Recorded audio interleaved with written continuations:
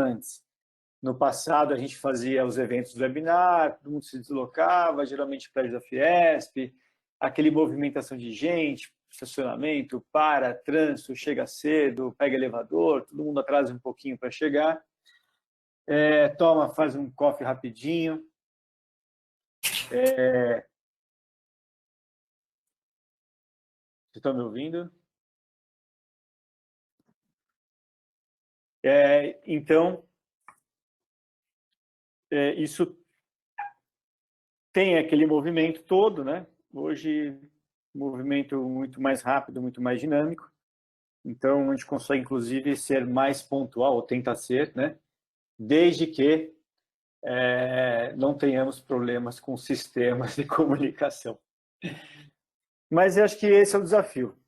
O tema de hoje é um tema que eu particularmente adoro, a NBR 13103, a norma de instalação de aparelhos a gás, que tem uma historinha muito interessante. A primeira versão dela é de março de 1994, onde nós tínhamos uma norma basicamente de 7 páginas, onde 2 delas eram em branco, uma era um gráfico, uma era uma tabela, e uma página e meia era basicamente definições. O resto era o conteúdo todo da norma. E essa norma surge em 94, até por uma solicitação do Corpo de Bombeiros, onde nós chegamos em São Paulo a índices de morte de 60 pessoas por ano vinculada ao uso de aparelhos a gás. Então, eram índices inadmissíveis. Como a gente sabe, o mercado de gás é um mercado em constante crescimento, é um mercado de gás onde a gente visa uma possibilidade da mudança da matriz energética com gás, onde os gases combustíveis eles são olhados do ponto de vista de matriz como um principal elemento de transição para as energias renováveis. É um equipamento, é um componente no sistema predial fundamental, se a gente quiser pensar em edificações sustentáveis, eficiência energética, da gente reduzir a questão das emissões da energia elétrica primária e etc. Então, tem uma importância fundamental para o desenvolvimento no mundo dos gases combustíveis.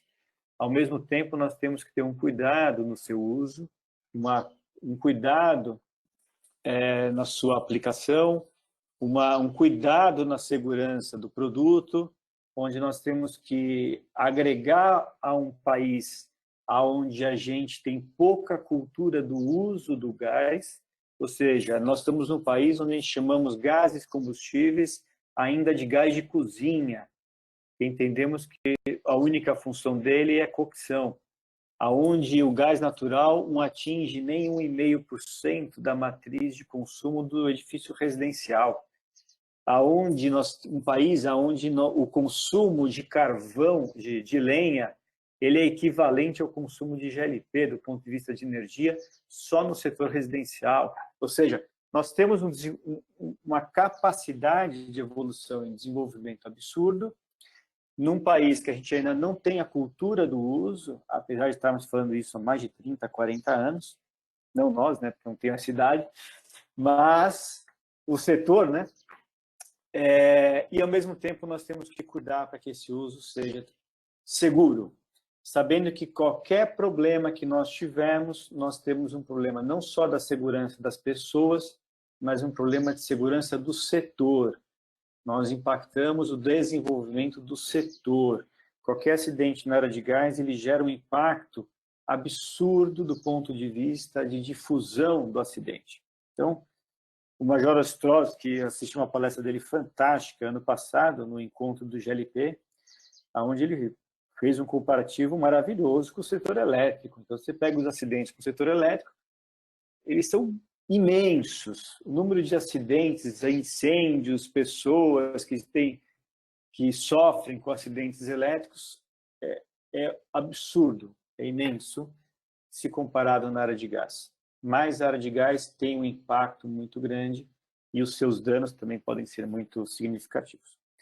Mas saímos, então, de uma norma de 94, onde nós devemos ter aí uma quantidade útil de 3 a 4 páginas, aonde a gente desenvolveu a norma basicamente para evitar os grandes riscos das edificações, e agora nós entramos numa era onde nós temos os edifícios cada vez mais complexos.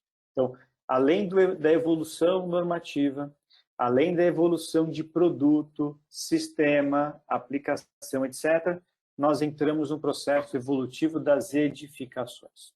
Então, se olharmos, em 94, quando essa norma sai, nós tínhamos uma quantidade de edifícios de um dormitório, de apartamentos de um dormitório que eram lançados na cidade de São Paulo, que não chegava a 2% do mercado nacional, do mercado de edificações.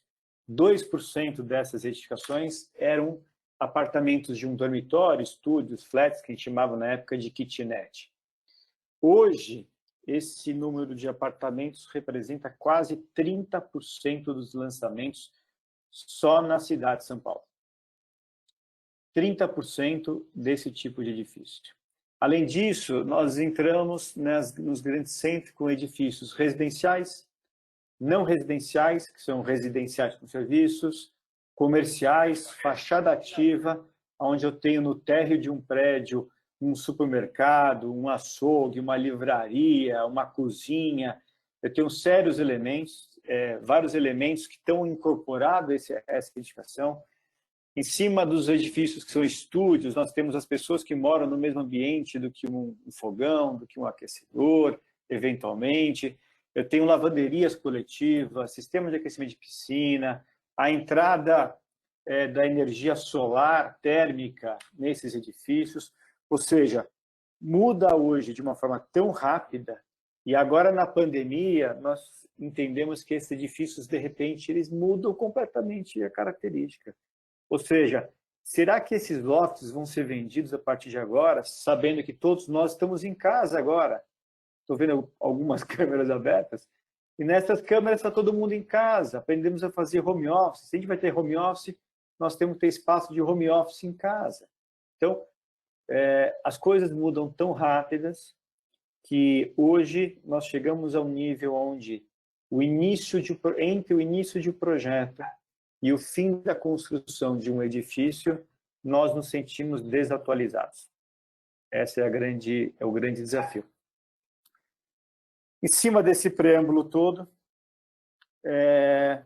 nasce a 13103, ou renasce a 13103, uma revisão da norma, tentando incorporar todos esses elementos de discussão num trabalho que o CB2 tem feito de forma fantástica. Isso, até um agradecimento especial ao Alberto. O Alberto tem revolucionado do ponto de vista de norma, inclusive no CB9, buscando que essas revisões sejam rotineiras, o que muita gente reclamava, tipo assim, putz, eu tenho que ter revisão de norma sempre, etc., mas sem revisão normativa a gente não consegue acompanhar essa evolução.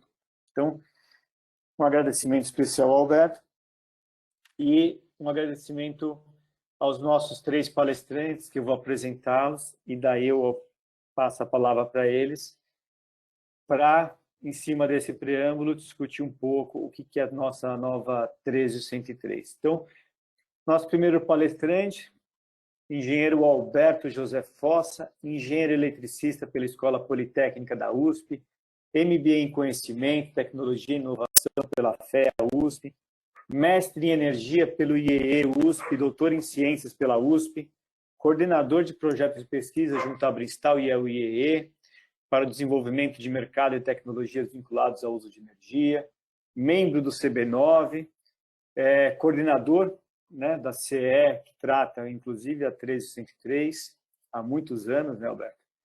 Representante da América Latina nos fóruns da NFPA, a NFPA 54 e 58, vice-chair e chefe da delegação brasileira da ISO, no ISO TC 301 para Gestão e Economia de Energia, sócio-diretor da NIL em Engenharia e diretor executivo da Brinstal, diretor da World Public Council, especialista em energia pela Unido, Alberto, na próxima a gente aumenta um pouquinho o tempo aí só para apresentar o currículo, mas esse é o engenheiro Marcelo Mota, formado em engenheiro elétrico, engenheiro eletricista, né? engenharia elétrica, mais de 10 anos de atuação como especialista de instalações da construção civil, atuando aí em grandes construtoras, né, Marcelo? 2 anos de atuação como gerente de engenharia de aplicações na Comgás, um grande amigo que tem participado e nos ajudado aí ativamente no desenvolvimento tanto das normas, no apoio na regulamentação, etc. Marcelo, muito obrigado aí pelo convite, pelo aceite do convite. Obrigado aí pela ajuda. E o Major Ostrowski, também um grande parceiro, formado em ciências policiais de segurança e ordem pública, bacharelado e mestrado, né? Bacharel em Direito e Engenheiro Civil e de Segurança do Trabalho, chefe interino no Departamento de Segurança e Prevenção contra Incêndios, membro do CB9, que é o Comitê Brasileiro de Gases e Combustíveis, sempre atuando aí com a gente, sempre participando dos nossos eventos. Major, muito obrigado pelo aceite do convite. Agradeço de novo aí a participação e vou deixar agora com o Alberto. Alberto, como coordenador dessa norma, apresente-as para a gente. Muito, por favor. Obrigado, Chaguri. Bom dia a todos. Eu vou compartilhar minha tela, porque eu vou fazer uma apresentação rapidinha, mas aí a tela vai me ajudar a trabalhar melhor o tema com vocês. Deixa eu me organizar aqui um pouquinho com relação à disponibilidade, à disposição da tela, porque a gente trabalha com 2 telas aqui, então às vezes fica meio confuso. Eu espero que vocês estejam vendo a apresentação direitinho. Eu acho que sim. Bom, de novo, é um prazer estar aqui com vocês, dessas formas mais malucas que a gente tem. Eu vou ser muito objetivo na apresentação, porque o tempo que a gente tem disponível não é longo, no entanto, tem muita informação para passar, e eu gostaria logo de arrancar, começando com alguns números que me parecem importantes para salientar com relação a 13103. Agradecer, em primeiro lugar, a menção do Chaguri, falando que eu sempre insisto em fazer as revisões das normas. De fato, isso é uma intenção bastante forte nossa. No entanto, a gente não tem conseguido fazer movimentos tão rápidos quanto a gente gostaria. O ideal seria que a gente conseguisse revisar as normas aí no período de 5 anos, e a gente não tem conseguido fazer isso. A gente demorou para revisar a 13103 6 anos, começou esse processo em 2014, a gente terminou no final do ano passado e ainda gastou um tempo aí para fazer a publicação. Mas o que é importante salientar que foram mais de 40 pessoas participando do processo, envolvendo aí toda a cadeia da construção civil e do pessoal que lida diretamente com gás. Nós tivemos 4 ciclos completos de coleta de comentários dessas entidades, dessas organizações, e tratamos isso de forma dedicada. Durante o processo mais formal lá da BNT, nós tivemos 2 ciclos de consultas públicas nacionais, o que deu robustez, no meu modo de ver, para o processo. Foram mais de 1.000 comentários analisados, tratados, discutidos, que geraram impacto e conteúdo novo na nova norma. Essa norma, para todos vocês saberem, ela foi baseada também num projeto de pesquisa, desenvolvimento e inovação desenvolvido pela Comgás e pela Arcesp, aqui no estado de São Paulo.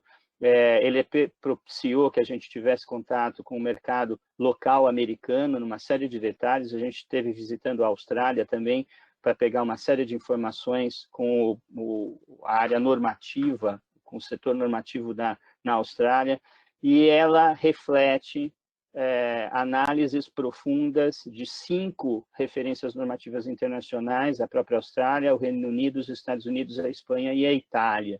Então, ela é uma norma que coletou e tropicalizou uma série de informações importantes. Eu tenho sempre mostrado esse gráfico do lado. Esse gráfico é antigo, o crédito é para o Carlos Bratfish, foi ele que foi o primeiro a apresentar em algum fórum esse gráfico, que mostra a relação de preocupação que a gente tem, ou que a gente deve ter quando a gente está falando de um equipamento a gás.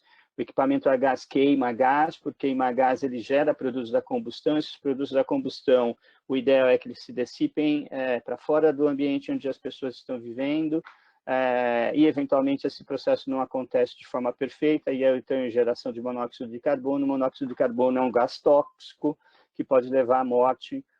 Então, a preocupação com a manutenção dos equipamentos, a preocupação com a relação volume e potência dos aparelhos, a preocupação de passar para fora ou jogar para fora, para o ambiente externo, os produtos da combustão, é o que norteia o desenvolvimento da 13103. Então, nós, na realidade, temos tratado o desenvolvimento dos requisitos técnicos para tentar equacionar da melhor forma esses três principais elementos: a potência dos aparelhos, ou a relação volume de ar disponível por potência de aparelho, o próprio volume do ambiente, o tamanho que esse ambiente tem que ter para comportar o desenvolvimento de um determinado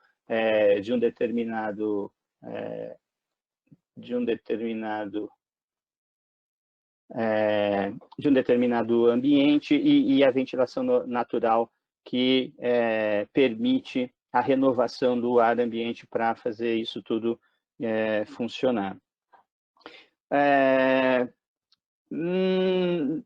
O escopo basicamente não muda, mas é bom saber ou relembrar que a norma está cobrindo desde as questões de projeto, construção, reforma, adequação e inspeção do processo de instalação de aparelhos a gás. A gente tem logo de cara uma lista de aparelhos a gás que foram considerados como base para estabelecimento de requisitos. A gente ampliou bastante essa lista.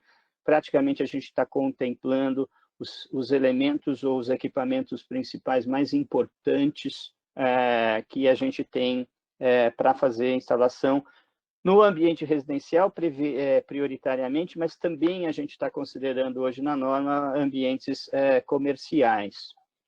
Isso que vocês estão analisando agora é a estrutura geral da norma. A estrutura se inicia de forma objetiva no capítulo 4. O capítulo 4 é um capítulo de requisitos gerais.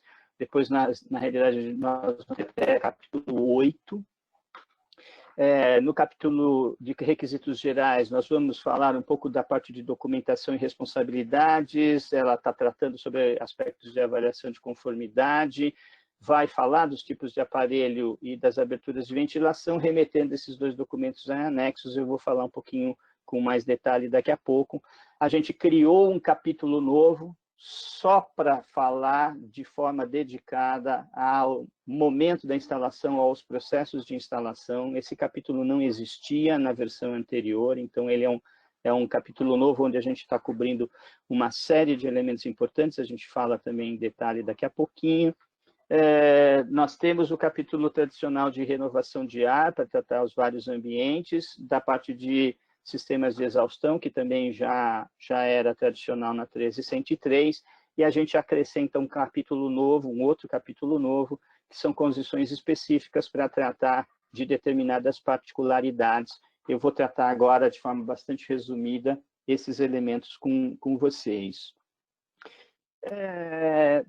Do ponto de vista de requisitos gerais, não há grandes alterações com base na última versão. O único detalhe é que a gente tem a tipificação de aparelhos a gás, e a gente vem falando sobre essa tipificação de aparelhos a gás de forma muito dedicada há algum tempo.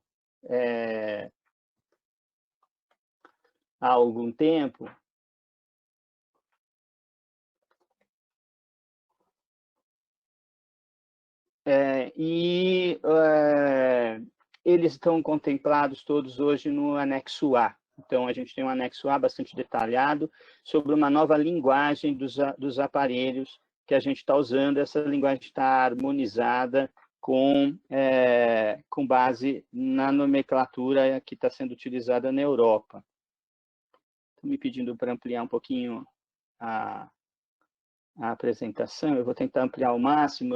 Eu tentei colocar no módulo de apresentação, mas ele está dando algum conflito das telas e não consegue entrar em módulo de apresentação, mas me parece que é razoavelmente grande aí para vocês verem. Se vocês maximizarem a tela, eu acho que vocês conseguem enxergar.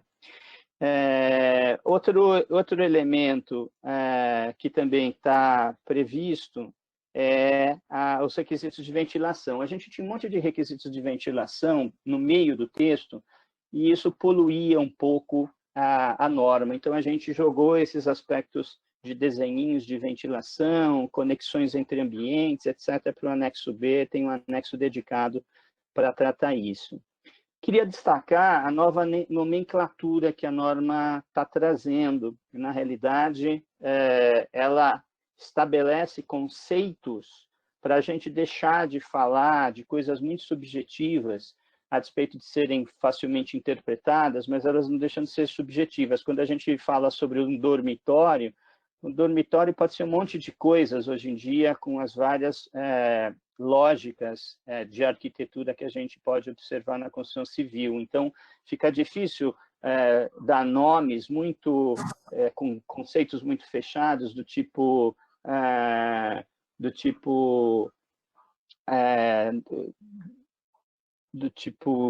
banheiro, loft, esse tipo de coisa fica sempre complicado de ser tratado. Então, nós estamos, na realidade, resumindo tudo em cima dessas nomenclaturas, fazendo meus esforços aqui para deixar a tela o maior possível para que as pessoas possam ver. Eu estou recebendo aqui algumas mensagens no chat pedindo para eu fazer isso, por isso que eu estou parando um pouquinho. Nós temos um conceito de ambiente interno, que é onde normalmente a gente vive, é o interior da edificação. A gente está abrindo um conceito de ambiente externo. Esse ambiente externo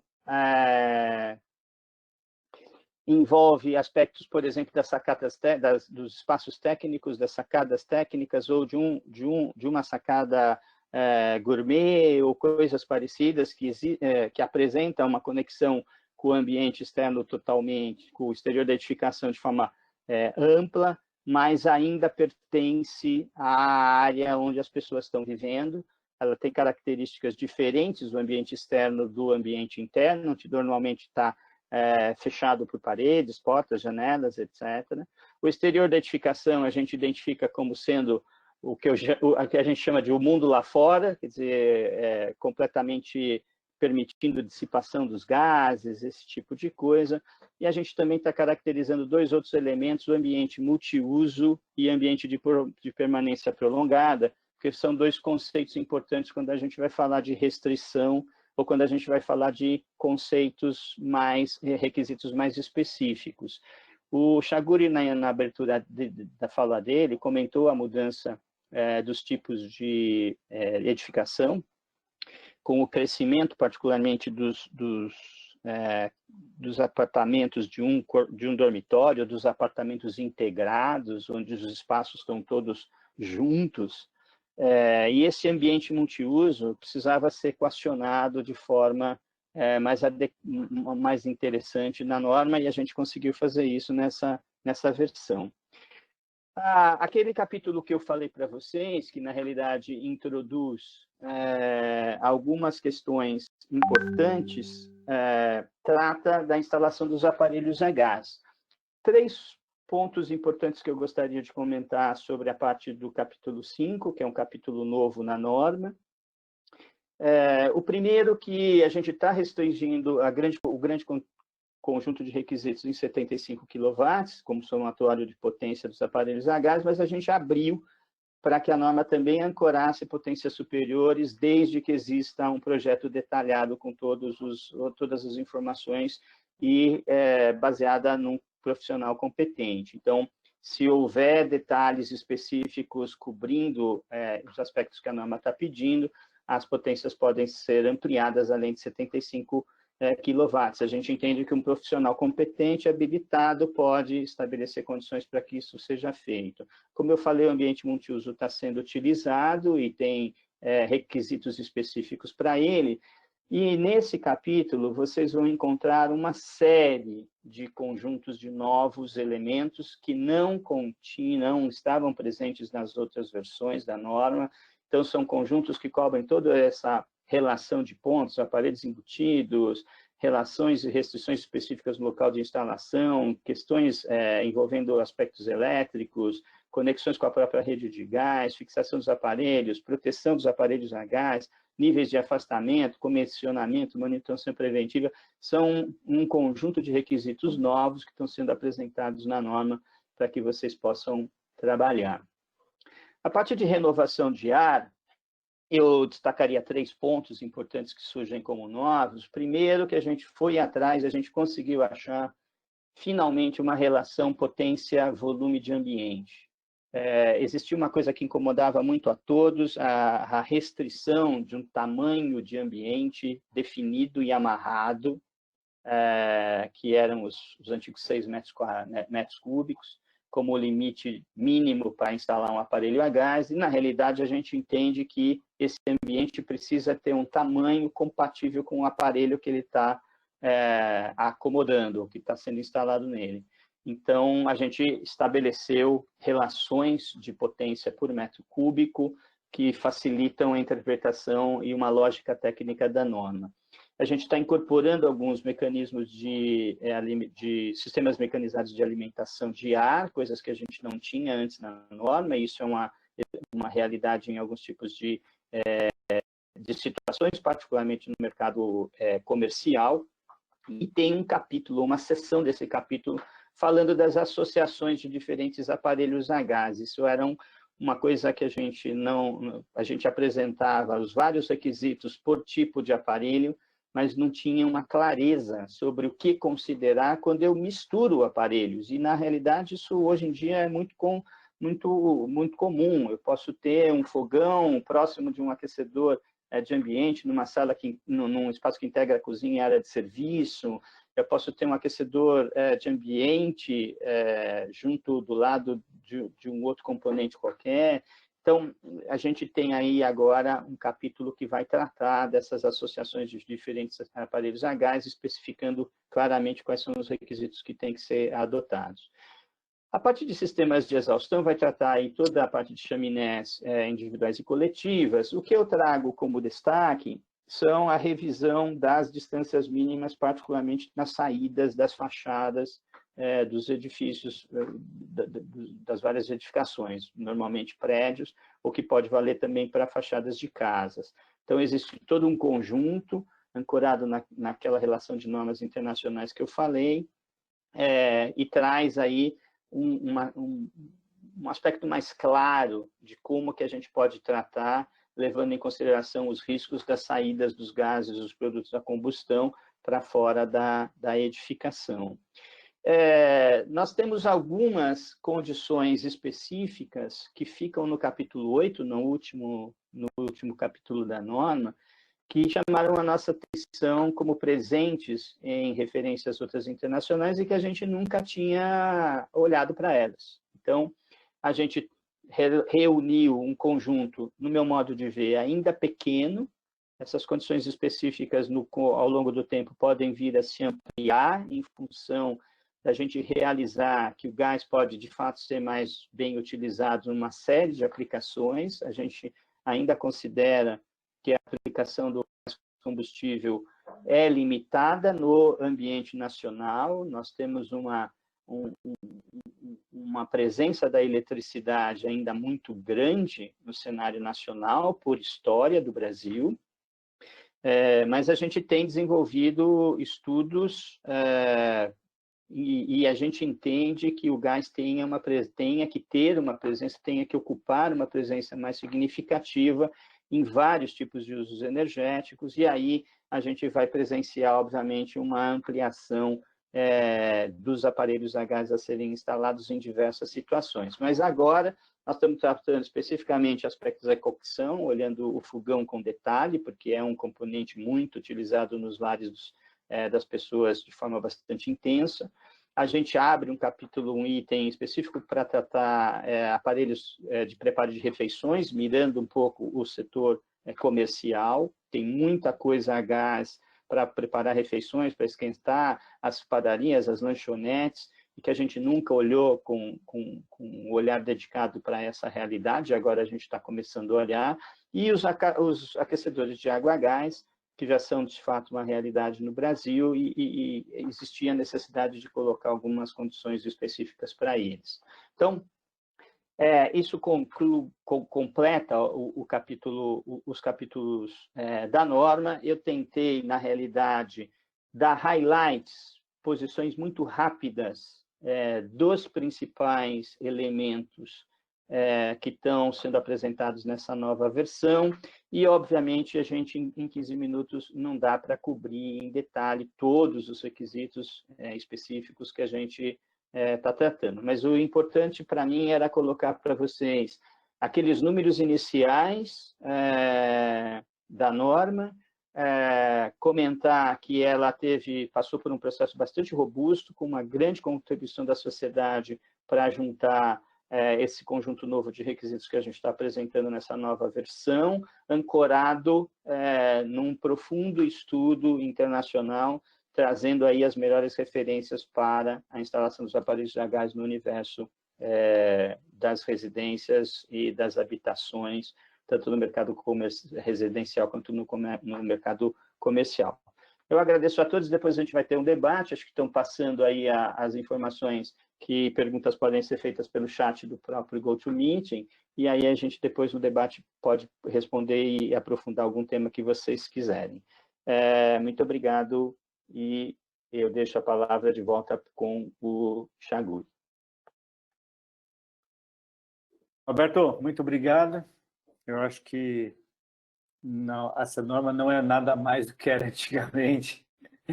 Existem aí vários conceitos que foram trazidos, várias discussões, inclusive estava conversando com o Major Ostrowski um pouco antes, discussão inclusive sobre nomenclatura de ambiente, acho que um grande desafio da nova norma, né? Mas vamos debater isso depois. Pedir agora, trazer a participação aí do engenheiro Marcelo Mota, da Congás. Marcelo, obrigado novamente aí pelo aceite de estar participando aqui com a gente, e está à sua disposição a apresentação. Obrigado, Chaguri. Primeiramente, agradecer esse momento aqui com vocês, agradecer Chaguri, Fossa, Renata, Major Ostrowski, que está aqui com a gente também, sempre importante essa presença do Corpo de Bombeiro, né? Uma instituição referência para a gente aí nos dias a dias, e agrega muito estar com vocês aqui. Obrigado a todos que estão aqui com a gente hoje, né? Eu, particularmente, os eventos com a Install, eu gosto demais, porque quanta gente querida a gente pode ver aqui, conhecidos, e que fazem parte aí desse, quando a gente fala 10 anos de construção civil aí, um monte de gente aqui fez parte, faz parte disso tudo, né? Então, obrigado pela presença de todos. E vamos falar um pouquinho da 13103, né? Eu acho que é uma norma que a gente cuidou tanto dessa revisão. Vocês estão enxergando a minha tela? Deixa eu me adaptar aqui com a ferramenta.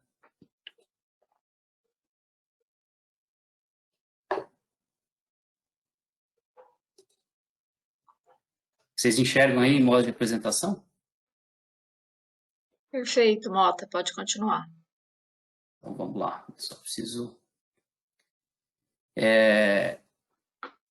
Bom, a 13103 ela é uma norma muito importante, né, para o nosso mundo com gás, né? É uma norma que rege a instalação dos equipamentos e, de fato, ela está conectada ao que a gente entrega, ao que a gente faz, ao que a gente deixa para o nosso cliente, né? E na Congás, tudo que a gente faz, a gente já é algo instintivo nosso, é algo que é a primeira coisa que a gente pensa, né? Quando a gente fala em instalação de gás, quando a gente fala da nossa operação, quando a gente fala do nosso produto, né? Do produto que a gente entrega.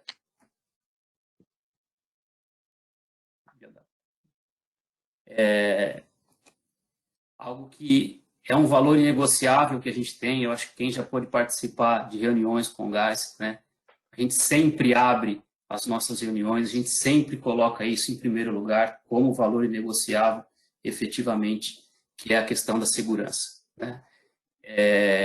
A segurança que vai desde o dia a dia do nosso colaborador, né, que está na ponta, que está executando rede, que está ligando o cliente, que está no trânsito. Quanta preocupação que a gente tem com o profissional, a segurança daquele que está dentro do escritório, subindo uma escada, pegando um elevador, tomando uma água. Isso é muito o nosso dia a dia e isso é algo instintivo nosso, pensar em segurança em primeiro lugar. E, de fato, a segurança para todos os nossos clientes, né? Que talvez seja um dos nossos principais valores, é cada cliente que a gente conquista cada dia e a cada vez que essa base de clientes vem crescendo, né? A gente está falando hoje que a gente atende 86 municípios, são quase mais de 2 milhões de clientes já, a gente tem 120 mil novos clientes todos os anos e a gente precisa fazer isso sempre com muita segurança, né?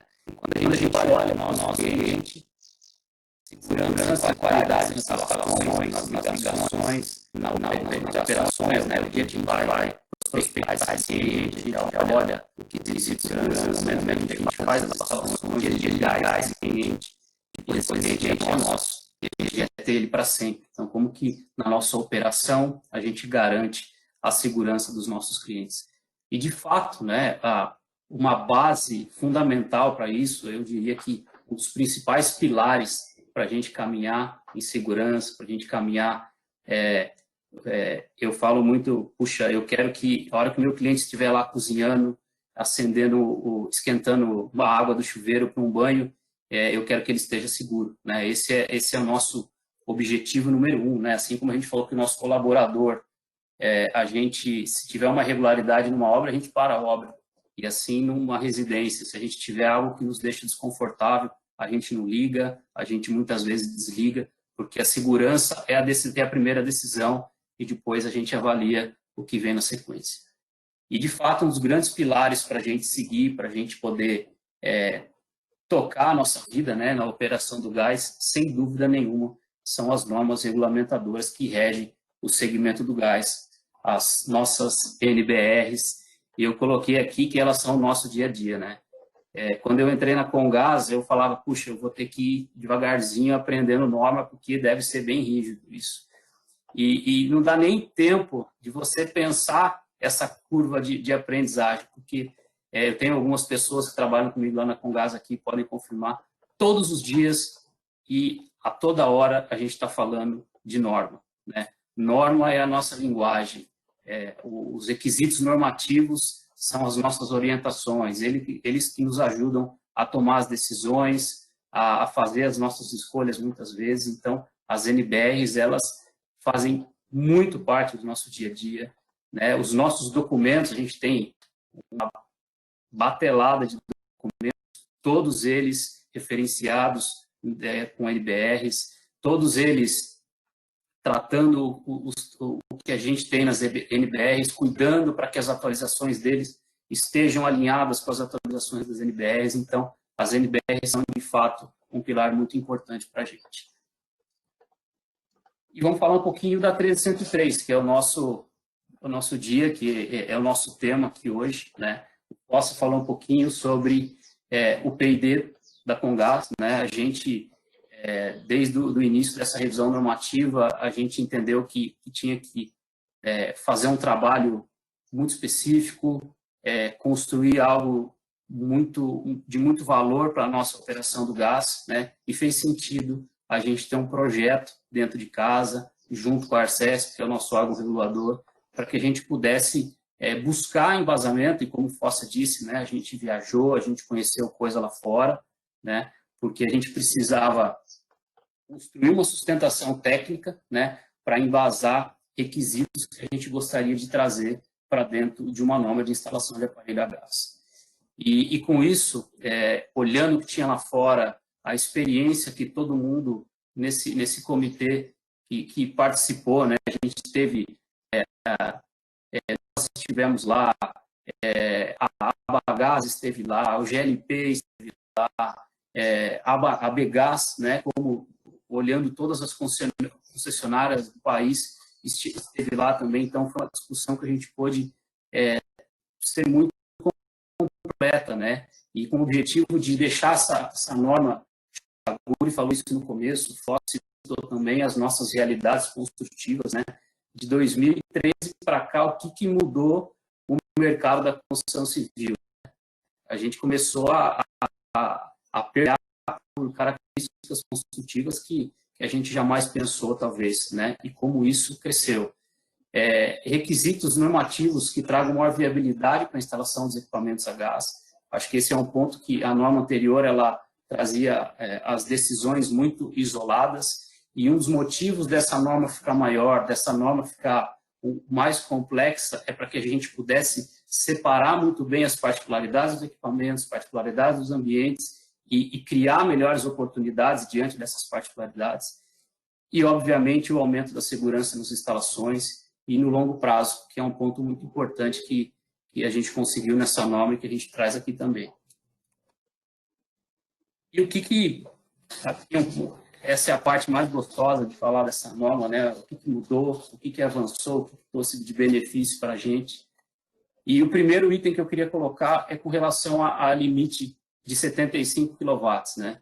Eu acho que muitos me perguntam, poxa, mas anterior era 80, por que agora é 75? Piorou? A gente teve um trabalho aqui, a BNT, que a gente igualou com a norma de aquecedores, então a gente fala, as normas falam da mesma coisa, né? A gente não pode ter normas falando coisas distintas, então teve esse equilíbrio, uma atenção de olhar ao que as normas falavam, para que não houvesse uma contradição, né?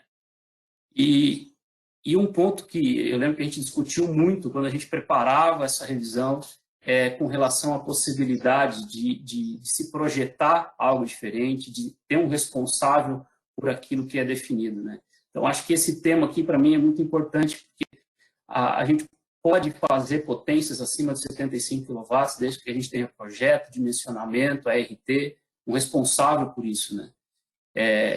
E aí eu não tenho como não lembrar de discussões que eu já tive com os meus professores aí, Rosana Petrella, Sérgio da SPHE, Paulo, Chaguri, quando a gente olhava um para o outro assim, e falava assim, puxa, dentro desse apartamento aqui a gente tem limitações de potência, e aí nós vamos ter que partir para um sistema complexo de aquecimento. Eu lembro do Sérgio, falava, puxa, se eu pudesse colocar um aquecedor de 42, 45 litros aqui, resolveria o nosso problema, né? E agora a gente tem essas oportunidades, então acho que para o mercado da construção civil esse é um ganho importante, né? Que a gente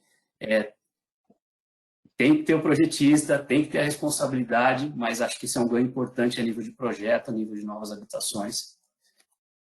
Costa citou muito bem com relação às ventilações permanentes, né? A gente, antigamente, puxa, eu preciso de uma ventilação inferior ou superior, ou uma inferior, né? E não tinha negócio. E agora a gente traz a oportunidade de fazer uma relação de volume do ambiente, potência do equipamento, com limite mínimo aí para os equipamentos do tipo A, que são fogões, são lareiras, são churrasqueiras, né? Com volume mínimo 19,5 metros cúbicos.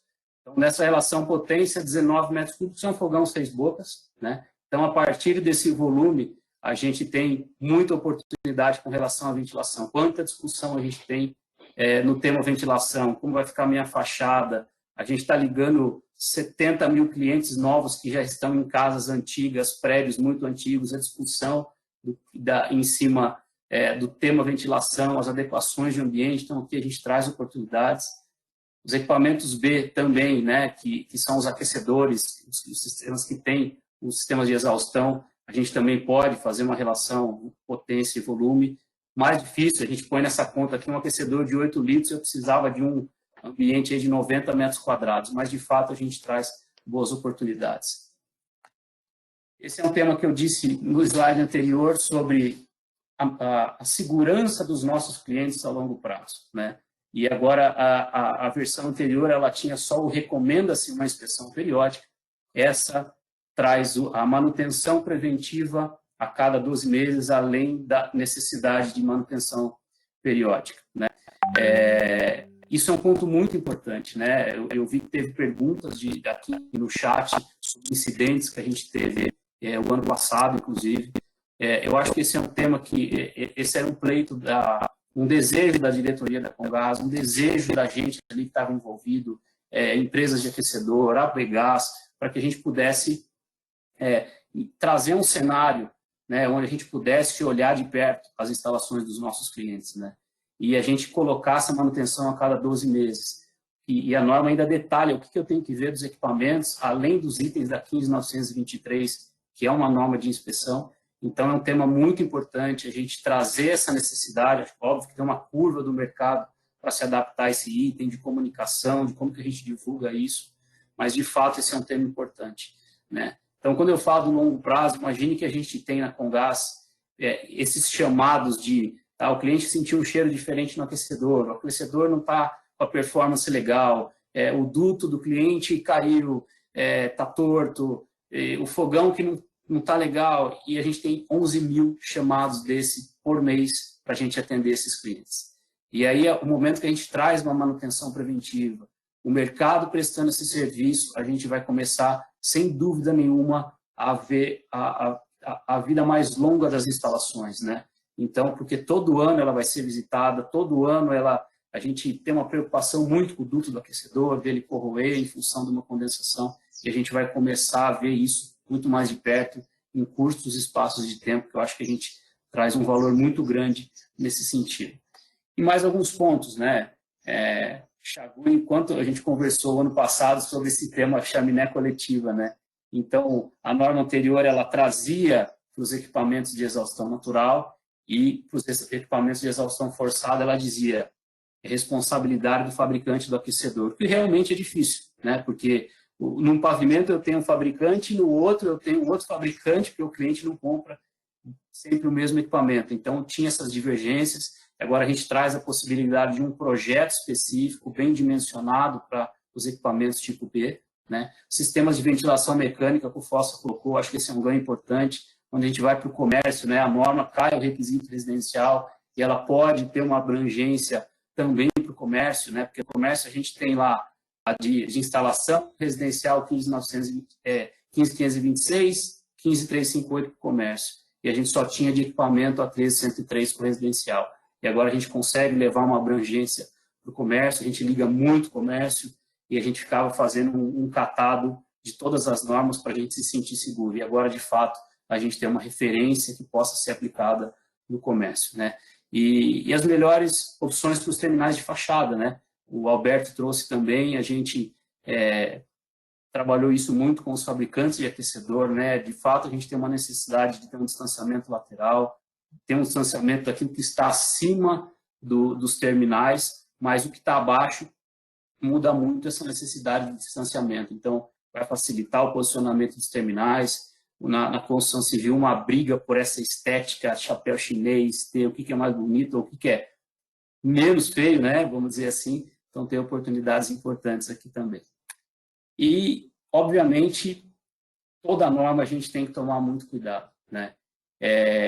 Como eu disse, o conteúdo ele ficou muito mais detalhado para que a gente pudesse separar as particularidades da norma, vamos dizer assim, para que a gente pudesse enxergar mais oportunidades e também melhorar o nível de interpretação, né? Ela ficou mais complexa em tamanho, em conteúdo, mas ela permite maior interpretação.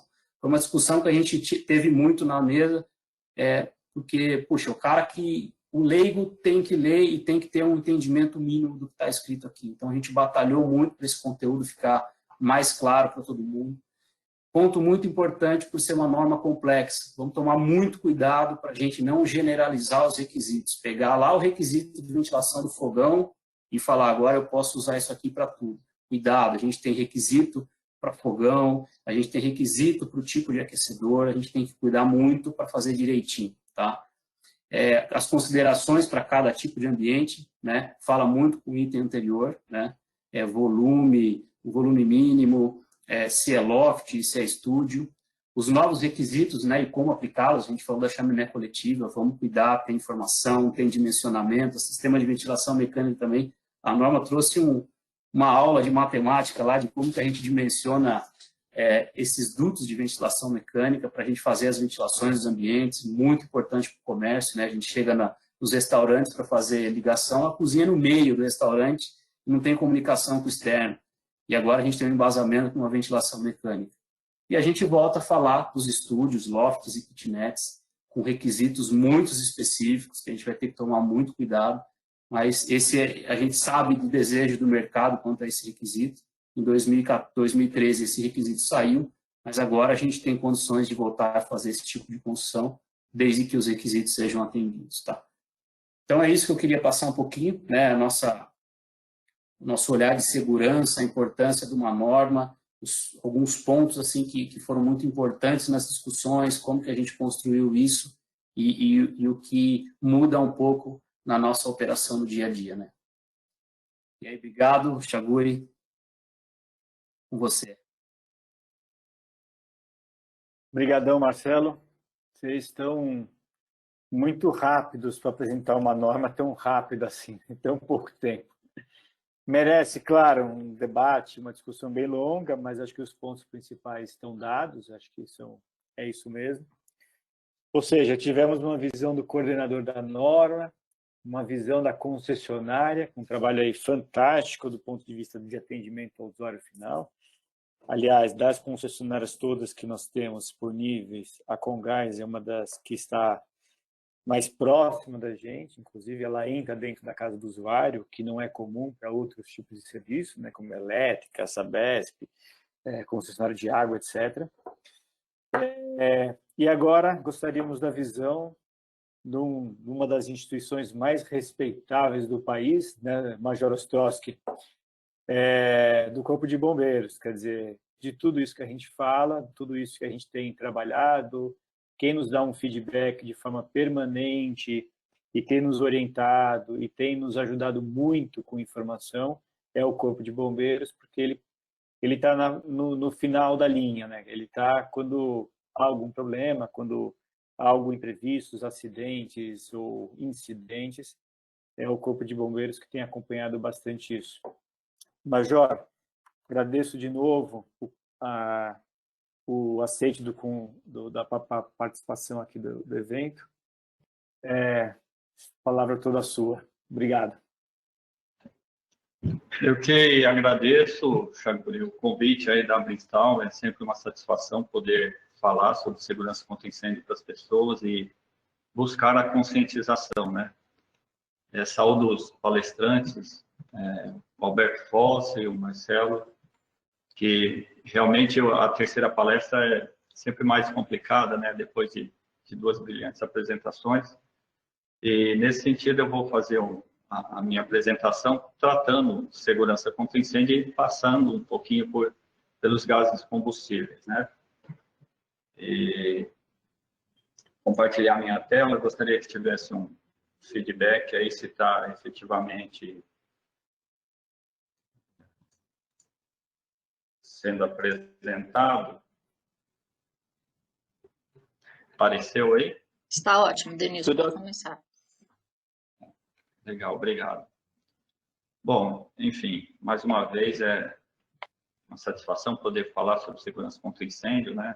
O Corpo de Bombeiros é uma instituição de 140 anos que atua aí na prevenção e no combate a incêndios. Então, é uma responsabilidade muito grande e a gente conta aí com a participação da comunidade, dos engenheiros, dos responsáveis técnicos de maneira geral, que nos ajudam na missão principal, que é a prevenção contra incêndios, né? Então, eu gosto sempre de começar a minha apresentação falando do nosso passado, né? A gente teve aqui em São Paulo 2 grandes incêndios, o do edifício Andraus, que foi em 72 e teve 16 mortes, e o Joelma, que foi em 74 e 187 mortes. Então, depois disso, lá em 1983, saiu o primeiro regulamento de segurança contra incêndio, o decreto estadual 20.811 de 83. Que foi um decreto, efetivamente, que buscou aí organizar a legislação de segurança contra incêndio no estado de São Paulo. Recentemente, tivemos aí o caso da Botkiss, né, 245 óbitos, no incêndio que foi, em termos de incêndio, assim, foi um incêndio pequeno, né? A gente pode ver que, inclusive, alguns materiais aí nessa foto que eu mostro são materiais que não foram consumidos pelo incêndio, mas foi uma grande tragédia, porque são 245 óbitos E aí a segurança contra incêndio tem esse viés de realmente preservar vidas, além do patrimônio. A gente busca efetivamente preservar a vida das pessoas. Mas, assim, não foi o principal incêndio em número de óbitos, foi do Gran Circo norte-americano, lá em 1961, mais de 500 óbitos catalogados. Então, senhores, a segurança, ela é essencial para todos nós. E eu tenho trabalhado aí nas comissões de revisão de norma. Atualmente, recentemente, deixei a presidência da comissão de revisão da IT 28 e 29, e eu percebo assim que a comunidade técnica que trabalha com gás combustível tem a segurança em primeiro lugar. Então, isso me deixa bastante satisfeito, no sentido de entender que cada vez mais a gente melhora a condição de segurança na utilização de gases combustíveis, para evitar justamente tragédias como essas. Então, só para a gente ter um norte aí da quantidade de incêndios que a gente tem no estado de São Paulo, trouxe aí 3 anos, 17, 18 e 19, e a média geral é em torno de 50 a 60 mil incêndios por ano, né? Mas a principal área que efetivamente ocorre o incêndio não é na edificação, normalmente é nas áreas de risco, né? 60% desses incêndios aí são o que a gente chama de incêndio florestal, fogo em mato, ou incêndio em vegetação natural. E atualmente a gente tem os problemas, né? Tem um problema lá no Mato Grosso, uma grande quantidade de incêndios, e tem problemas externos também. A gente tem na Califórnia, lá nos Estados Unidos, que os incêndios lá estão fora de controle, inclusive estão pedindo ajuda de países como o México, Canadá, etc. Com relação a incêndios em edificações, que é um pouquinho mais dentro da nossa seara, a maior parte dos incêndios que ocorrem são em edificações residenciais. A gente tem cerca de 5 mil incêndios por ano em edificações residenciais. E é justamente onde o Serviço de Segurança contra Incêndio não atua na sua totalidade. O Serviço de Segurança contra Incêndio do Corpo de Bombeiros do Estado de São Paulo atua basicamente nas residências multifamiliares. As residências unifamiliares o decreto não alcança.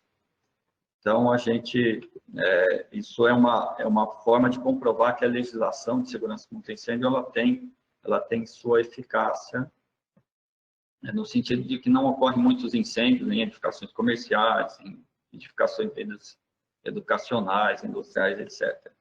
Por quê? Porque aí a gente tem a prevenção. E trazendo um pouquinho mais para a nossa área, aí eu separei, a estatística é muito maior que isso, né? Mas são os 3 anos aí também, 17, 18, 19, a gente, por incrível que pareça, a gente tem aí cerca de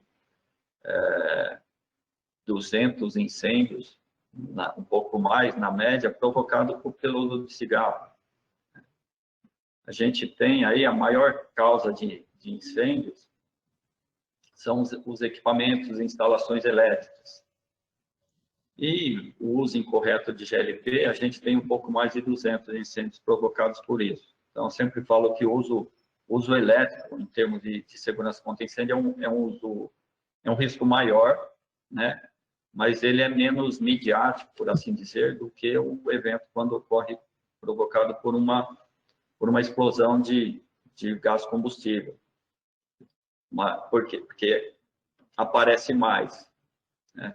Os números aqui comprovam que, efetivamente, o risco elétrico associado é um risco maior em termos de segurança contra incêndio do que o risco de gás combustível. E muito se deve a essa seriedade que eu vejo nas pessoas que compõem as normas, que trabalham com gases combustíveis.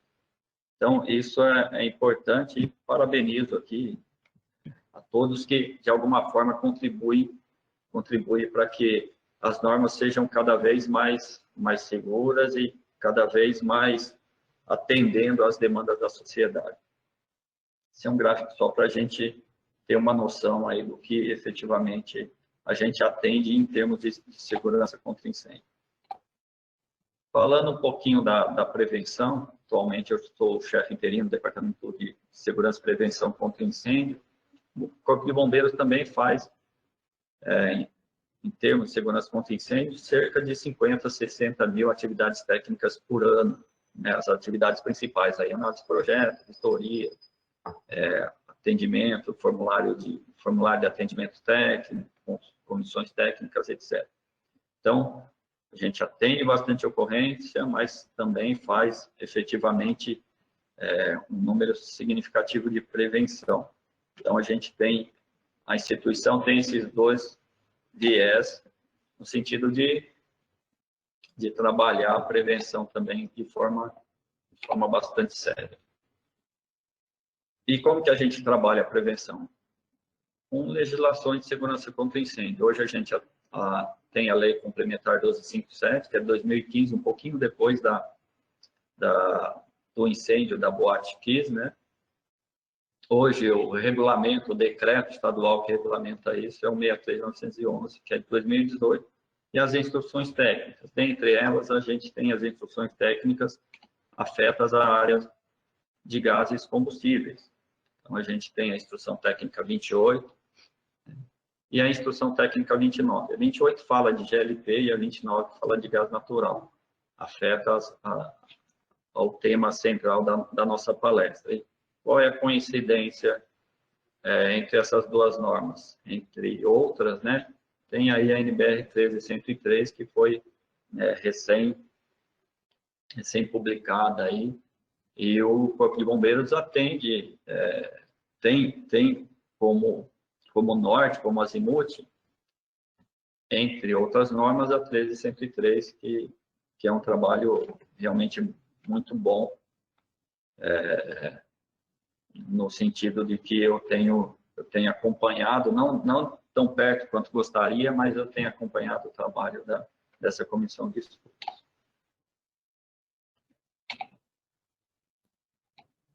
E eu gosto sempre de falar aí também, né, coisa que é importante, o nosso ciclo da prevenção. Então, se eu tenho normas adequadas, né, e aí a gente está falando da 13103, associada, né, à legislação, e no caso do Corpo de Bombeiros, a gente tem as instruções técnicas, também a gente adota algumas normas nacionais e até normas internacionais, principalmente a NFPA, que é uma norma que é bastante referenciada nas nossas instruções técnicas. Então, esse conjunto, associado a uma série de outras coisas, por exemplo, projetos bem elaborados. Não adianta eu ter uma excelente norma e essa norma não conversar, não for trazida para dentro dos projetos, seja projeto de arquitetura, seja projeto de instalação, seja projeto de segurança contra incêndio. Então, os projetos, eles devem efetivamente ter uma conexão muito forte, né, uma ligação forte com as normas. E para isso a gente precisa ter formação e treinamento, né, as universidades, os conselhos, as associações. Então, a gente tem que trabalhar nisso para que cada vez mais profissionais melhores treinados, melhores formados, atuem em projetos bem elaborados. Uma outra questão também são produtos adequados, né? A gente tem no caso da imagem aqui, os produtos de segurança contra incêndio, que devem ser equipamentos adequados também, precisam ser confiáveis, né? Não adianta nada eu ter um sistema de chuveiro automático se a ampola, que é o coração de funcionamento do sistema de chuveiro automático, ela não funcionar no tempo, na forma e na maneira adequada. E essa mesma coisa se aplica aí às normas, aos produtos e aos projetos referentes à utilização de gases combustíveis aí, no interior ou no exterior das edificações. Então, o outro agente, o outro ator desse ciclo da prevenção são instalações executadas de maneira adequada, né? E talvez aí seja um dos nossos gargalos aí de infraestrutura, né? A gente precisa de mão de obra especializada e treinada. Então, também esse tipo de evento aqui promovido pela Ambiental é um evento que visa justamente isso, né? A gente difundir, disseminar o conhecimento e procurar fazer com que as pessoas tenham consciência da importância do seu trabalho na sociedade. E falando em gases combustíveis, realmente a importância de um profissional, de uma mão de obra especializada e treinada, é maior ainda até pela natureza do produto, né? Então, a gente tem edificações mais seguras, né? Edificação com um excelente nível de segurança. Isso tudo resulta em quê, né?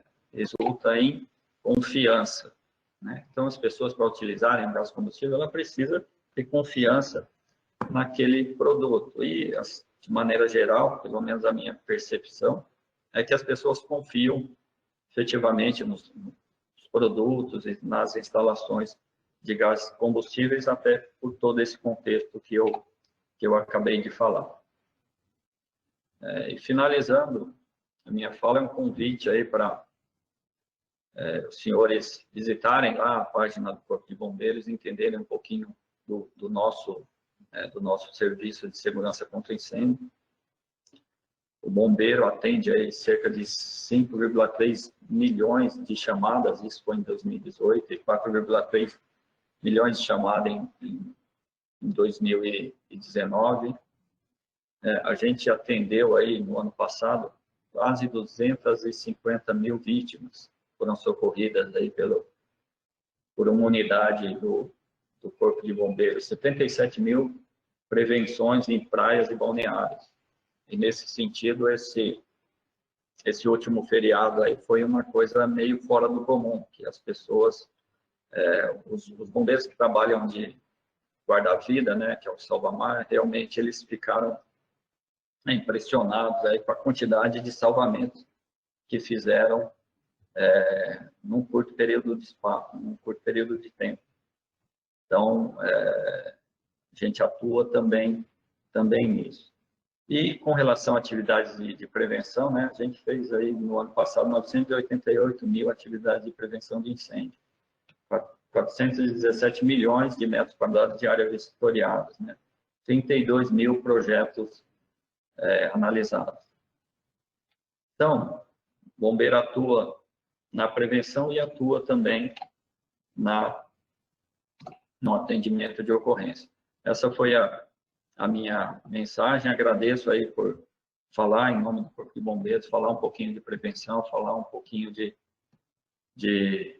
gases combustíveis, que efetivamente é uma área bastante importante. Quanto mais segurança a gente tiver na instalação de gás combustível, melhor é para todo mundo, para a instituição, os profissionais que estão militando na área e para a sociedade, que é a razão da nossa existência.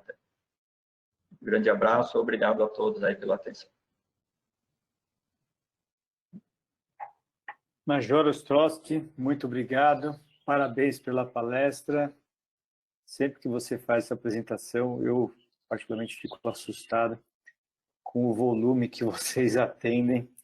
Isso nos orgulha do ponto de vista de estrutura que vocês têm e têm atuado, e a forma que vocês, apesar de tudo isso, ainda têm tempo para nos ajudar e nos auxiliar no dia a dia na prevenção.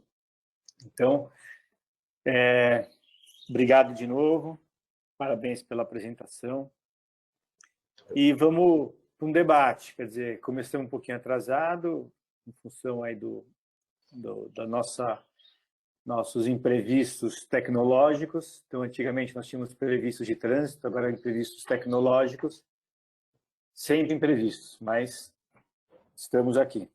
E a parte do debate é uma parte que eu gosto bastante, porque é uma parte que permite que a gente discuta, debata, traga questões aqui para vocês, principalmente vocês que trouxeram aí as apresentações para a gente. Não sei se a gente consegue responder todas, mas aquelas que a gente não responder depois a gente encaminha para algum palestrante e a gente responde depois lá para frente. Mas eu coletei algumas perguntas aqui no chat, algumas perguntas que eu recebi. O Alberto aproveitou para respondê-las, mas eu acho que vale a pena a gente debatê-las também. Uma primeira pergunta com relação aquecedor fora do banheiro, quer dizer, desde 94, vou complementar a pergunta, né, pergunta do Marcos Ferreira, mas desde 94, a norma 303, dos primeiros requisitos que a norma trouxe, foi a proibição de aparelhos a gás dentro de banheiro, uma coisa que era muito comum, aquecedores dentro do banheiro, e até 94 nós tínhamos um volume de edificações muito grandes com aquecedor dentro do banheiro, e até hoje algumas unidades que ainda ficaram nessa condição têm apresentado eventualmente até acidentes com relação a isso. Não pode mais aquecedor dentro do banheiro desde que o aquecedor seja de fluxo balanceado, ou seja, aqueles aquecedores herméticos que puxam o ar de fora, queima e joga para fora. Uma pergunta, Alberto e Marcelo. Eu tiro esse aquecedor dentro do banheiro, posso ficar com ele fora, externo, mas, ao mesmo tempo, há algum problema desses aquecedores estarem bem externo do banheiro, próximo à janela do banheiro? Quais são essas limitações que a norma traz e as preocupações também do aparelho externo, fora? Acho que eu posso responder. Para o Alberto? Vamos lá. Não, pode responder. Pode, a gente faz dobradinha, não tem problema. Entendi Marcelo e Alberto. Mas pode começar, Alberto. Vamos lá. Não, mete bala. Não, eu acho que, só para entender um pouquinho a pergunta, né? De fato, acho que na totalidade dos nossos aquecedores, né? Eles estão fora dos banheiros, né? E geralmente dentro de uma área de serviço. Então, acho que 2 pontos aqui. Os aquecedores geralmente são fora do banheiro, né?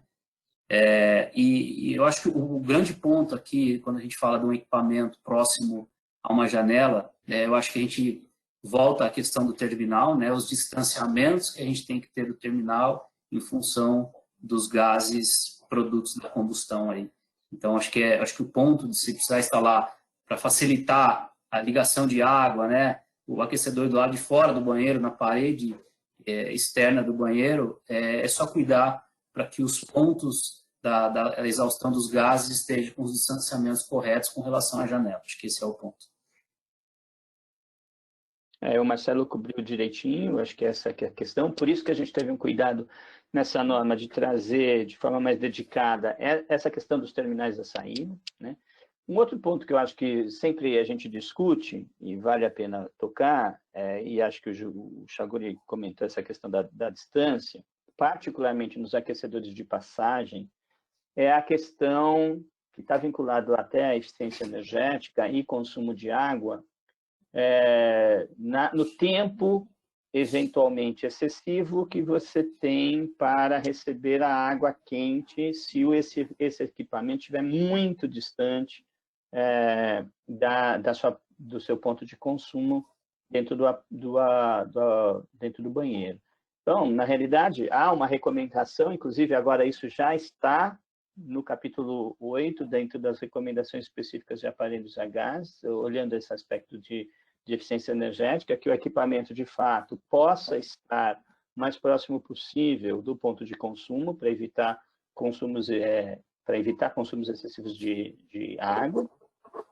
E lembrar que a gente tem uma engenharia criativa, quer dizer, existem outras soluções. Se você tiver um real impedimento e for muito mais seguro e muito mais adequado, você, por exemplo, usar uma área externa, uma laje técnica para você colocar esses aparelhos, você tem sistemas de recirculação que podem ser utilizados, dependendo da característica do imóvel, que permitam que você, de fato, não despreze tanto o volume de água e mantenha o nível de conforto no uso da água quente de forma muito apropriada. Então, existem. O que eu sempre tenho falado é que a nossa engenharia, e eu acho que comentei isso na minha apresentação, a gente tem muito ainda a evoluir no uso do gás em vários serviços, e particularmente no serviço de água quente. O serviço de água quente é um serviço praticamente montado para o gás. Não faz o menor sentido você esquentar a água se não através do consumo de um combustível, e o gás é absolutamente apropriado para isso. A gente fez estudos já, junto com a USP, que demonstram a eficiência energética total do ponto de vista do uso do gás comparado com a eletricidade. É muito mais energeticamente saudável você usar aquecimento de água do que esquentar água com eletricidade. Só que a gente ainda tem que desenvolver as melhores práticas para esse uso nos setores residenciais comerciais. Então, isso é uma oportunidade para a gente, num país que a gente sabe que tem muito a contribuir e a acrescentar e a construir. Isso é uma oportunidade, quer dizer, oportunidade para os projetistas, oportunidade para os engenheiros, oportunidade para os instaladores, oportunidade até para as companhias de distribuição, no fomento dessa sofisticação, eu diria, de mecanismos para usar o gás de forma mais adequada. Obrigado, Alberto. Mais uma pergunta com relação a dispositivos de proteção. Então, tem duas perguntas que eu vou unir numa só, uma do Marcos Ferreira e do Valdemir. Primeiro, com relação a dispositivo de segurança para vazamento de gás, como é que está isso, Marcelo, no Brasil, do ponto de vista de disponibilidade de equipamentos, elementos intrínsecos que a gente possa incorporar nas edificações? E, ao mesmo tempo, o Valdemir pergunta o seguinte: a gente comenta na norma, atualmente, determinados aparelhos de cocção que possuem dispositivo de proteção de chama, né? Esses aparelhos têm no mercado? Como é que está isso hoje? Vamos lá. Os dispositivos vamos falar assim, o que a gente chama dos detectores, né?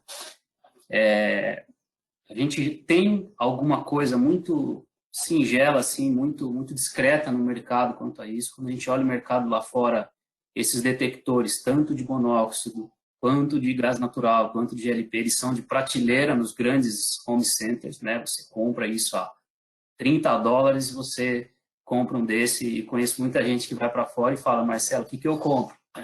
E a gente dá uma pesquisada aqui, compra de tal marca. Então, tem fabricantes muito conhecidos aí com relação a esses tipos de dispositivos, né?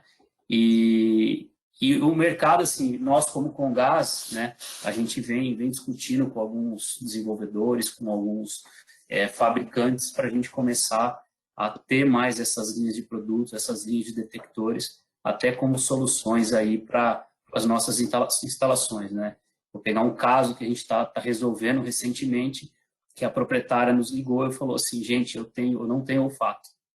Então, eu não tenho como sentir o cheiro de gás, me ajudem com isso. Então, a gente vai instalar agora um detector na residência dela para auxiliá-la sonoramente em função de alguma situação. Então, mas ainda o mercado nacional precisa reagir mais contra esse tipo de dispositivo, já tem alguma coisa, mas, de fato, as iniciativas estão isoladas, não é algo muito consolidado no mercado ainda. Com relação ao... Quer falar, Chaguri? Então, posso seguir. Aí tem a pergunta dos fogões, né? Com dispositivos. Isso. A norma contempla hoje fogões com dispositivo supervisor de chama, né? Exato. Esse é um tipo de produto que também não está em 100% das linhas dos fabricantes. Ele é mais restrito, tá? Mas eu não vou citar nomes de fabricantes aqui, mas eu também tenho pesquisado quanto a isso, porque a gente trouxe esse requisito normativo, mas a gente precisa tentar com que ele aconteça, né? A gente não pode ter um requisito e que, tudo bem, está escrito, mas eu nunca vou conseguir fazer. E, de fato, a gente Equipamentos importados é maçante, né? Quase que na totalidade, tem legislações nos mercados internacionais que exigem que os equipamentos tenham esse tipo de dispositivo. A gente tem, em grande número aqui no Brasil, mais comum, vamos dizer assim, em fornos. Então, se você entrar no site dos fabricantes, eles citam os dispositivos de bloqueio na chama do forno, mas também a gente já tem linhas de fabricantes, eu tenho pesquisado isso, com os chamados safe stop, né, que são os dispositivos de bloqueio do gás em função do apagamento da chama. Então, a gente tem fabricantes hoje que tem cooktop de uma boca, né, que esse é muito olhar que a gente está colocando, né, porque a norma, de acordo com o volume do ambiente, ela limita a potência do equipamento. Então, a gente tem fogão cooktop de uma boca, com esse dispositivo de bloqueio, até 6 bocas. É uma linha de um fabricante.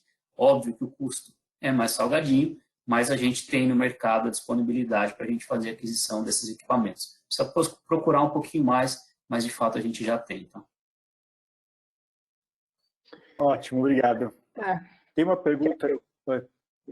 Não, só ia comentar, só para completar o que o Marcelo falou, com relação, em primeiro lugar, com relação aos fogões, é isso mesmo, não tenho nada a acrescentar. Com relação aos detetores, e de fato eles existem de forma bastante usual lá fora, no Japão, inclusive, isso faz parte da regulamentação.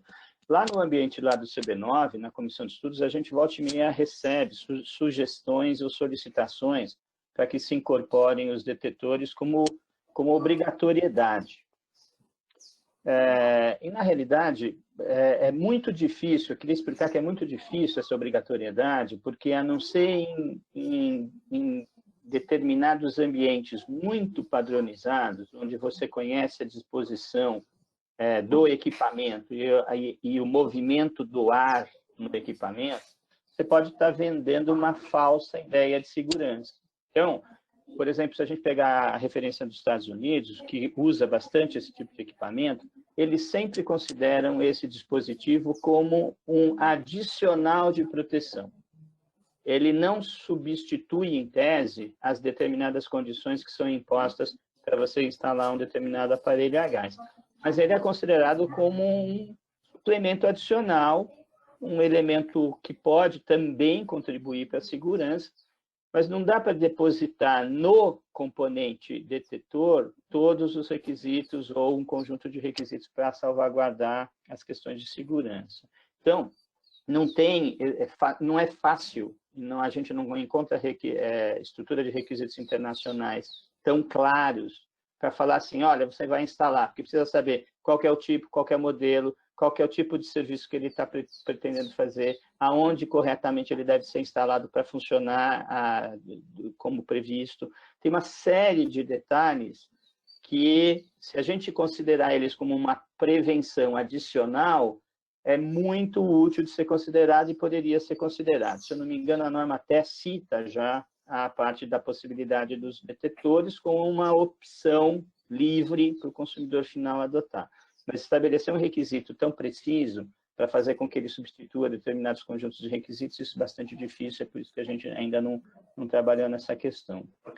E só, eu falei que não tinha nada para comentar sobre os fogões, mas eu acho que vale mencionar o seguinte, a norma tem por interesse fazer um push de mercado, ela tem que ser provocativa em determinadas coisas. Então, às vezes, a gente lança a mão da norma para fazer uma mobilização de mercado, para fazer com que o mercado se movimente para atender uma determinada necessidade. Essa foi uma das intenções quando a gente colocou esse requisito específico de segurança em alguns aparelhos a gás. Obrigado, Alberto. Tem uma pergunta aqui de uma amiga, Fabiana Rivold, que pergunta para o Major Ostrowski se o Corpo de Bombeiros faz parte da vistoria do AVCB a inspeção em instalações de gás, exclusivamente, principalmente na parte de aparelhos. Se o Corpo de Bombeiros tem feito essa vistoria no AVCB ou isso tem ficado sob a responsabilidade da instaladora e do projetista? Bom, obrigado pela pergunta. Na verdade, assim, tem dois momentos, né? o momento do projeto técnico de segurança contra incêndio é um projeto legal. Então, ele informa aí os riscos especiais, por exemplo, gases combustíveis. O gás natural, ele basicamente ele vai proteção só no cavalete lá no centro de medição. O GLP ele tem os afastamentos, tem a proteção por extintores e às vezes até proteção por sistemas de hidrante e de resfriamento. Com relação à vistoria, normalmente o que acontece? Quando a edificação vai receber aquela primeira vistoria de segurança contra incêndio, que o prédio está vazio normalmente, o bombeiro faz a checagem das áreas comuns, né, da instalação do gás combustível, seja ele gás natural ou gás liquefeito de petróleo, e, eventualmente, entram em um ou outro apartamento para ver essa instalação, ver a questão de ventilação, etc. No entanto, na próxima vistoria, a gente já não entra, normalmente, no interior da residência, porque no momento que o morador está lá. Então, onde o Corpo de Bombeiros busca aí os requisitos de segurança? Basicamente, está escorado ou ancorado, melhor dizendo, na anotação de responsabilidade técnica. Então, a gente exige, se tem gás natural, a gente exige a notação de responsabilidade técnica dos instaladores, se tem gás liquefeito de petróleo, da mesma forma. Então, basicamente, a gente exige sim, né, mas a anotação de responsabilidade técnica, tanto da instalação quanto da manutenção. Agora, o aparelho especificamente, por conta de, eventualmente, o aparelho estar instalado depois da ocupação da edificação, e a casa é o asilo inviolável, a gente normalmente não faz a vistoria no interior e vê a instalação dos aparelhos. Perfeito, obrigado, Major. E tem uma outra amiga que pediu para fazer uma pergunta no áudio, Maria Luísa, representando os projetistas. Pode fazer.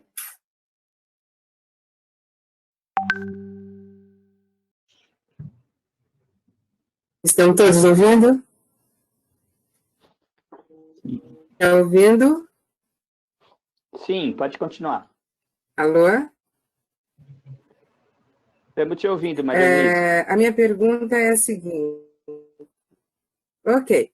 Bom dia a todos e parabéns pela iniciativa. Ok. A minha pergunta é a seguinte. A manutenção preventiva dos aquecimentos de passagem, ela tem que ser anual. Até aí tudo bem. A minha pergunta é a seguinte. Em relação à ventilação através da chaminé, ela precisa ser feita também anualmente ou o período é diferente do respectivo aparelho? A minha pergunta é para quem quiser responder. Obrigada. Obrigado pela pergunta, Maria Luísa. Prazer que te ver aqui também com a gente. Na realidade, eu posso puxar a resposta, daí depois, se o Manta quiser complementar, ele pode complementar. Não há, como você salientou, com relação à manutenção preventiva do aparelho a gás aquecedor de passagem, que está estabelecendo a ideia de 1 ano, não há nenhuma outra especificidade de análise de componentes da instalação, a não ser o chamamento da norma 15.923, que é a norma de inspeção de instalações de gases combustíveis e que cobre também os detalhes da 13.103. A 15.923, ela sugere a periodicidade de 5 anos. E aí ela, na norma, contempla, sim, todos os dispositivos de exaustão dos gases de combustão. Então, há uma recomendação cruzada. A gente, na realidade, na 13.103, não quis repetir coisas que já estão na norma de inspeção, que é a 15.923, mas lá na 15.923 ela fala da periodicidade de 5 anos também para esses componentes que você citou.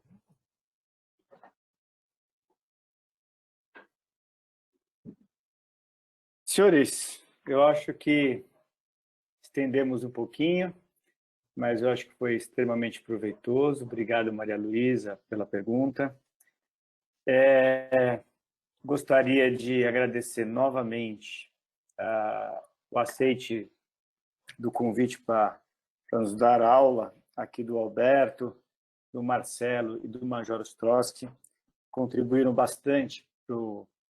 Eu chamo isso de início de debate, né? Porque sempre que a gente vai no evento e entra com 3 perguntas e sai com 20, eu acho que ele foi bem sucedido. Então, quanto mais perguntas a gente tiver, mais dúvidas nós tivermos, quer dizer que nós estamos entendendo cada vez mais toda essa estrutura.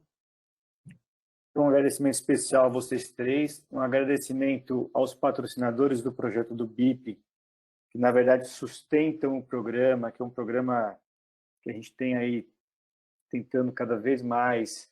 Até uma pergunta aqui no chat, quando que a gente vai levar o BIP no Brasil inteiro? Ele já está, o que nós precisamos é fomentar a divulgação do programa cada vez mais, e essas empresas têm ajudado bastante a gente, a Bermad, a WDB, a Jacval, a Lubrizol, a Tekken, a Congás e a Ultragás.